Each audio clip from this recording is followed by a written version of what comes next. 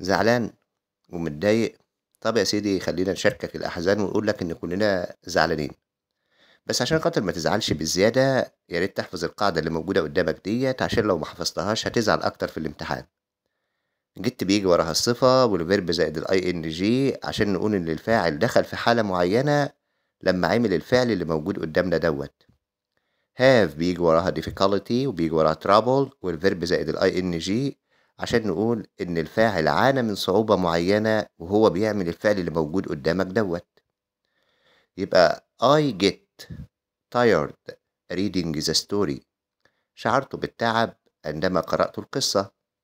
I have difficulty reading the story. يبقى في كل الأحوال يا جميل لو لقيت get وراها صفة و have وراها difficulty أو trouble يبقى هيكون وراهم الverb زائد ing.